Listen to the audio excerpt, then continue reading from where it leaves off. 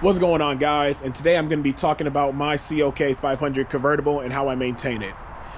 It's a pretty simple process on what I do, and today I'm going to go over it. A lot of people in the comment section have been asking me, like, how do I maintain my CLK 500 and the top per se, and to make sure, like, how do I keep it, long lasting, for many years to come. So in today's video, I'm going to show you guys how I maintain it, what I do, the process, what you should look out for and everything, and just follow my steps.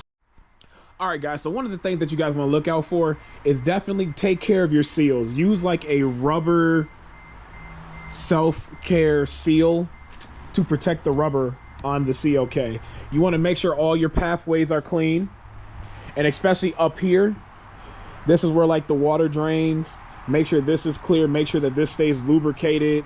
Make sure that your hinges are fine in condition. There's like self-rubber seal kits that you can buy. They're pretty cheap, don't cost a lot to maintain the seal so that they don't get bad.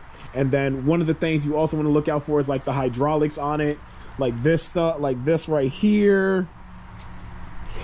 You want to make sure you lubricate this stuff, and it's pretty simple, honestly, to maintain this. I want to show you guys another seal that you want to take care of.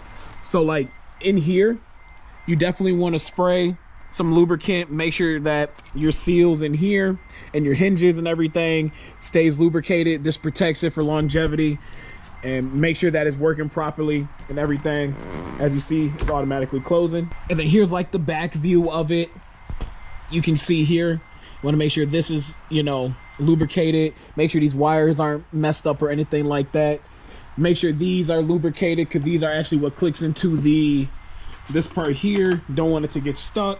Make sure that your partition is in good condition and that there's nothing in there, nothing blocking it, nothing under it gonna destroy it or anything like that.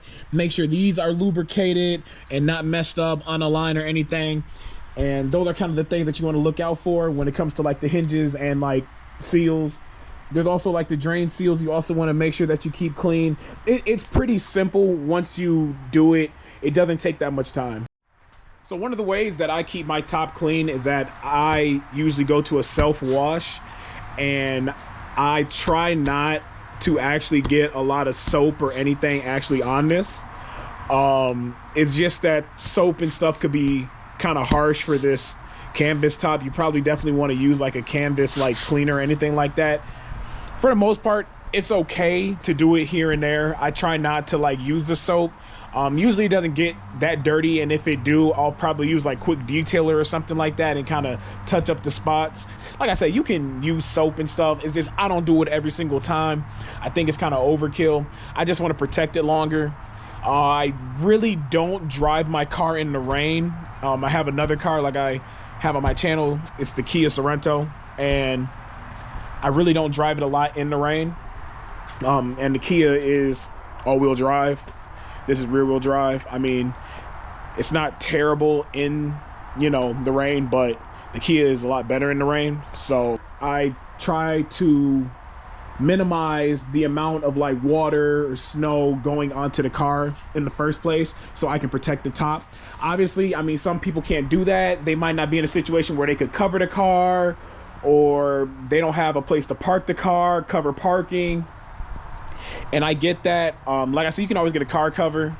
I have a car cover because I have cover parking, but rain and snow can still come from the side and still get on the top. And especially in the wintertime, I keep it covered.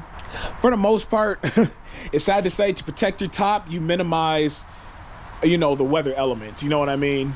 You really want to drive these cars when it's like, ideal weather. You know what I mean? Not storming, not hailing, not snowing. Just helps the top. And honestly, that's with any convertible top. You can drive them, you can do all that. It's just going to speed up the wear process on them. Another thing that you want to do is that I recently do, and I do this all the time, is that you definitely want to change the hydraulic fluid for your CLK 500. I usually do it every 2 years. Maybe every year is a little overkill. Maybe even every 2 years is overkill. But I change it more because it's better to just have all the fluid just clean, and it's not hard. You just need a siphon pump, or if you have like a you know, like a pump from like a bottle or something like that, you can just stick it in the reservoir and pump it out into a tube, and then you can put the new fluid in. So this is exactly what I use here for the hydraulic fluid. I got this off of carparts.com. This is really good. I mean, it's a little pricey. It was like $20, but this is like OEM fluid. This is what you need. And I still got a lot. I only changed it twice. I recently just changed the fluid in this. I'm gonna show you guys exactly what you're supposed to do. Like I said, if you have like a pump like this is literally all you really need to just stick in there. Then you just pump it in, you know, a new tube, or I'm sorry, in a bottle or something like that. You just squeeze it in there, and then vice versa. You'll have like a tube, because I have like another tube that I actually attached to the end here, and I put this in the actual hydraulic fluid, the new hydraulic fluid, and then I pump it in to the new into the reservoir. Now as we get in here, you're actually going to remove this cover here. This cover actually is right here, and it's real simple to remove. And then if we shine the light in here, you can actually see the reservoir right here, which is this right here. And there's a min and a maximum, and you want to be obviously at the maximum when you put the new fluid in. But when you do this, and also this bolt is, I believe, a 10 millimeter that you just take out. You want to drain and fill, you want the top down. You want the top open. You don't want it up, you want it down, because you want all the fluid and the pressure to come into the actual reservoir, so that when you put the new fluid in, it'll go into all, you know, the hydraulic shocks and everything. So that you definitely want the top down when you change the fluid. Simple, very easy, very easy. It doesn't take much. And the last thing, guys, is actually really important. I think changing the fluid is probably the most important, but definitely the second important is using the actual top. If you don't use the top, it won't operate properly. It just won't, because you're not using it. If you don't use something, it's going to end up not working when you want to use it. Seals can go bad. The reservoir could get cracked. There's just certain things that can mess up your hydraulics. They could stop working, because when it's just sitting, because that's essentially what it's doing when you're not using it frequently.